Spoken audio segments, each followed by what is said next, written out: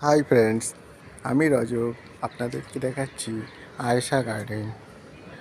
আপনারা যদি মনে করেন বাড়িতে ফুল গাছ করবেন, তাহলে আপনাকে এমন না যে টব কিনতে হবে বা আপনাকে বিশাল খরচা করতে হবে।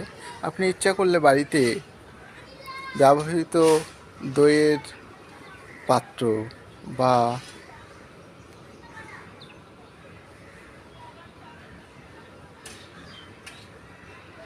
আপনি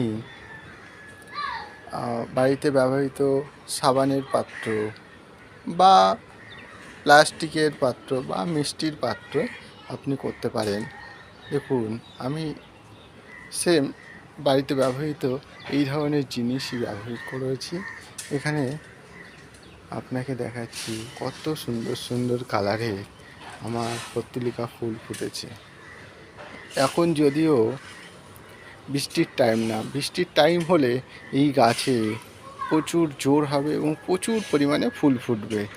কিন্তু এখন আমি যেহেতু প্রতিদিনই কম বেশি এদের জল দিই এবং মাঝে মধ্যে খাবার দিই, তার জন্যে আপনার গাছগুলোতে দেখতে পাবেন যে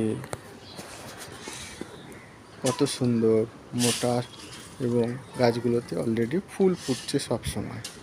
এর ফুলের কোনো বন্ধ নেই।